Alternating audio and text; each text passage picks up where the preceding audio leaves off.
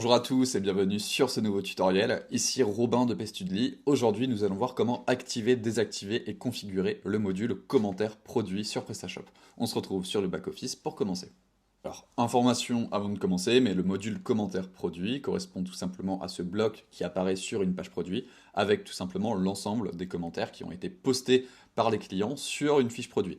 Donc ici, on voit qu'on a bien un commentaire. Donc, pour personnaliser justement ce module, on va directement se rendre sur le back-office. On va se rendre sur l'onglet module et gestionnaire de modules. Ensuite, on vient tout simplement taper commentaire dans la barre de recherche. Ici, on voit qu'on a le module commentaire produit qui apparaît. Alors, première chose importante, le jour de l'examen, on peut vous demander tout simplement de désactiver justement ce module.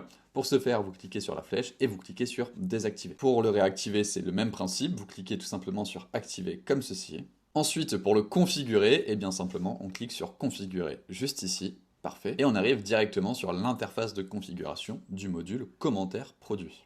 Alors ici, dans les paramètres, on voit qu'on a pas mal d'options. Ici, ça va surtout varier en fonction du contexte et des informations qu'on vous donnera le jour de l'examen. Ici, première possibilité. Alors, tous les avis doivent être validés par un employé, oui ou non. Donc ici, on peut laisser sur oui.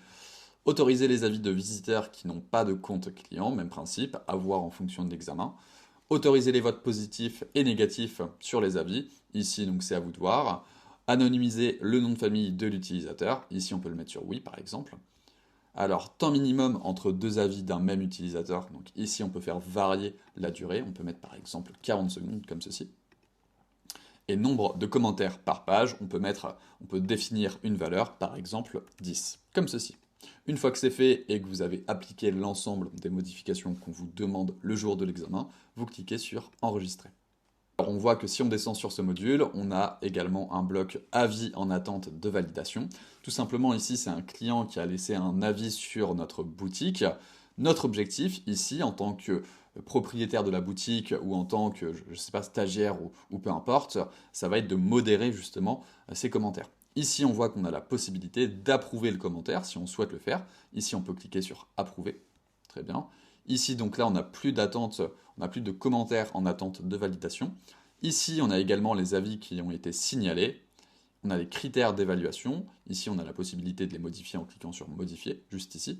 Donc là, on peut changer tout simplement le critère en question. Ici, c'est qualité. D'ailleurs, on va pouvoir le traduire ensemble.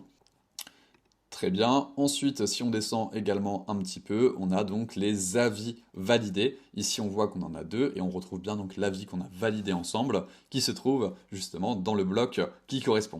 Vous savez désormais comment configurer le module commentaire produit sur PrestaShop. J'espère que ce tutoriel vous aura été utile. Je vous souhaite bon courage pour la suite et à plus tard.